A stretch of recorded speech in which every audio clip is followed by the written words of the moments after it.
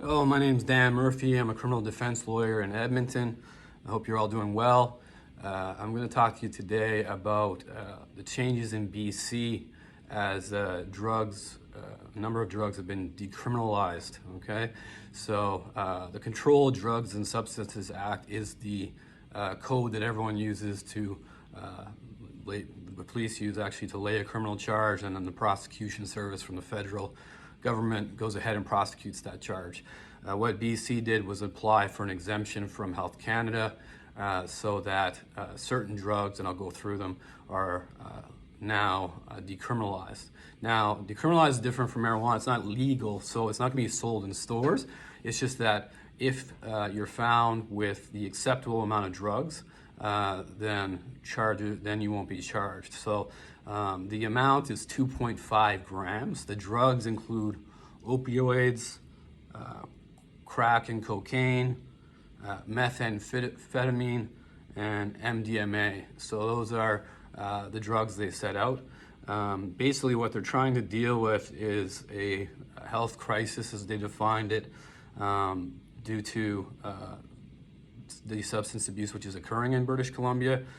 They call it the toxic drug crisis, and are attempting to reframe the conversation about drugs and possession of drugs as a public health issue as opposed to a criminal justice issue. It'll be interesting to see how this works. Through decriminalization, they're not putting the drug traffickers out of business, as they can continue to sell drugs. Although it's illegal, they can continue to sell those drugs because the government is not selling them in competition. So as marijuana, the government took over and is making a profit from these drugs, largely putting out of business the illegal marijuana trade. That's not happening with these drugs. It's simply designed so that when police are dealing with persons who have addictions, that they address them differently than they have historically. So police have undergone what they call robust training to ensure that the police officers understand addiction issues and drug issues as public health issues rather than criminal justice issues. This is a real turn on its head for police, and in terms of the training, it'll be interesting to see how this works out, as it has not been the way things have gone in many other provinces. I would suggest in Alberta, we face a similar crisis. There's quite a bit of drug use in the downtown areas, but we maintain a criminal justice system in which everything is criminal, nothing's decriminalized.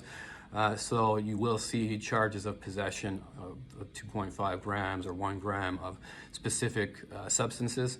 And from my perspective, that doesn't make a lot of sense. You end up having addicts be prosecuted before the courts, which is an expensive use of resources. Then, worst case scenario, they end up in a jail. Again, a gross use of resources.